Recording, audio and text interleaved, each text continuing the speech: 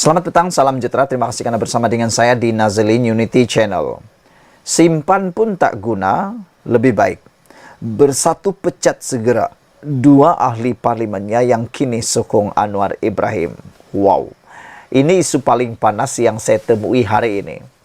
Pada pendapat Anda, beranikah Muhyiddin Yassin memecat dua ahli parlimen yang telah menyokong Datuk Seri Anwar Ibrahim, yaitu ahli parlimen Kuala Kangsar dan juga ahli parlimen Labuan? Kalau Anda nak tahu, kalau Muhyiddin pecat kedua-duanya, dia akan kehilangan otomatik dua ahli parlimen itu. Mengikut Akta Anti Lompat Parti yang telah diwartakan di Perlembagaan Persekutuan, kalau mana-mana ahli parlimen itu dipecat daripada partinya kerana menyokong kerajaan ataupun menyokong Perdana Menteri, mereka tidak dikategorikan sebagai lompat parti. Maka dengan itu mereka tidak perlu dipecat, tidak akan kehilangan kerusi mereka. Makna kata, selepas mereka dipecat, mereka bebas memilih parti baru untuk mereka. Jadi persoalannya, beranikah Muhyiddin memecat dua ahli parlimen ini? Namun demikian, saya tertarik dengan tulisan daripada Sabudin ini.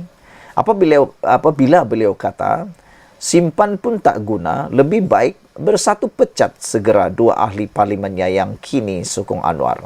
Apakah isi ulasan ini? Sehingga ini sudah dua ahli parlimen blok pembangkang mengumumkan sokongan mereka kepada Perdana Menteri Anwar Ibrahim. Kedua-duanya adalah daripada Parti Bersatu, yaitu Iskandar Zulkarnain Abdul Khalid Kuala Kangsar dan Suhaili Abdul Rahman Labuan. Meski berada di blok yang berbeza, sokongan yang mereka berikan kepada Anwar selaku Perdana Menteri tidak bercanggah dengan Akta Lompat Parti, kerana mereka tidak keluar parti dan tidak juga melompat menyertai parti lain. Kedua-duanya masih ingin kekal sebagai ahli bersatu, malah mengatakan akan tetap setia, taat kepada parti itu. Yang menyebabkan mereka memberi sokongan kepada Perdana Menteri hanya kerana berharap dengan sokongan yang diberikan itu, peruntukan kewangan daripada kerajaan diberikan kepada mereka sebagai ahli parlimen blok pembangkang. Kononnya, tanpa peruntukan daripada kerajaan, tugas menjaga kawasan dan memberi bantuan kepada pengundi menjadi kerja yang amat payah. Lalu, sebab itulah, mereka memilih untuk menyokong kerajaan. Waima berada di blok pembangkang. Walaupun tindakan kedua-dua ahli parlimen itu tidak bertentangan dengan Akta Lompat Parti, namun ia sudah tentu salah daripada segi moral, etika, kejujuran, harga diri dan janji kepada parti serta pengundi ketika mereka bertanding dahulu. Sebab itu, Iskandar Zulkarnain sudah pun diberikan surat tunjuk sebab oleh Bersatu dan banyak pihak dalam parti itu membayangkan dua kemungkinan hukuman bakal diterimanya, yaitu sama ada dipecat atau digantung keahlian. Sementara Iskandar Zulkarnain sudah diberikan surat tunjuk sebab, Suhaili juga pasti akan menerima. Suhaili juga akan menerima surat tunjuk sebab yang sama tidak lama lagi.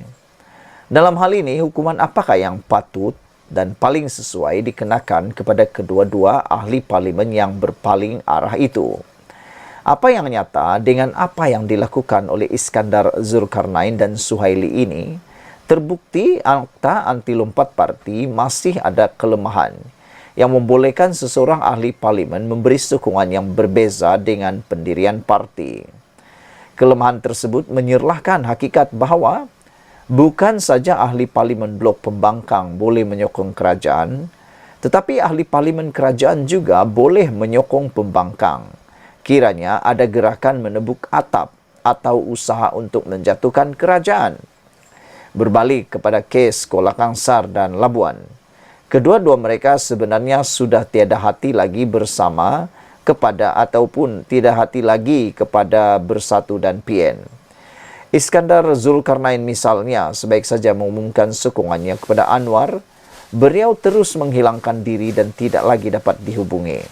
Selain telepon bimbitnya sudah dimatikan dan seberang teks pesanan tidak dijawab, beliau juga tidak hadir ke parlimen sejak pengumumannya itu.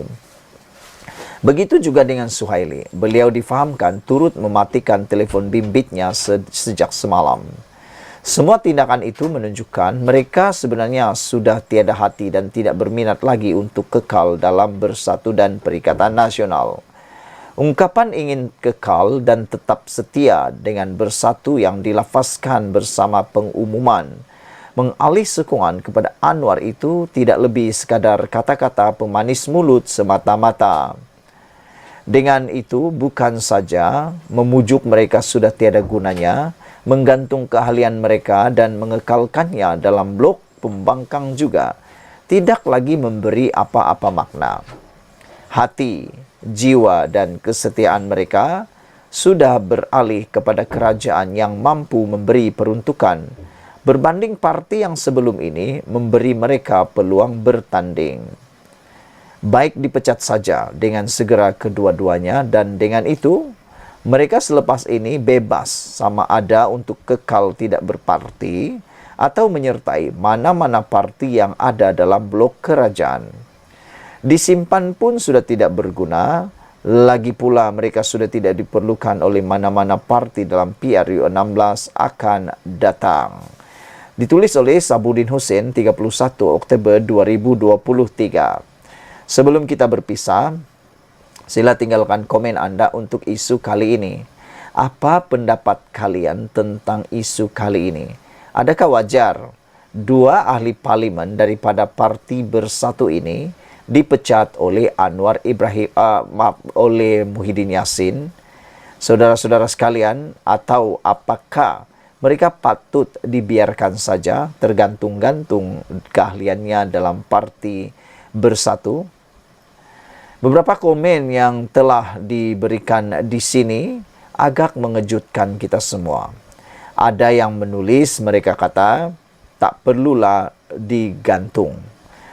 Dipecat pun jangan, kata mereka, biarkan saja. Ada juga yang menulis, kata mereka, lebih baik digantung saja, supaya hukumannya akan lebih perit, kata mereka. Ada juga yang kata supaya mereka dipecat, supaya mereka bebas untuk mengikuti mana parti yang dapat memperjuangkan nasib rakyat di kawasan mereka. Saudara-saudara sekalian, untuk penjelasan yang lebih lanjut, Anda boleh mengikuti ulasan dan artikel ini di sabudin.com. Sekian dulu untuk kali ini. Jangan lupa tinggalkan komen Anda, tekan butang subscribe. Malaysia kita punya, kita juga sama-sama cintai Malaysiaku. Bye-bye.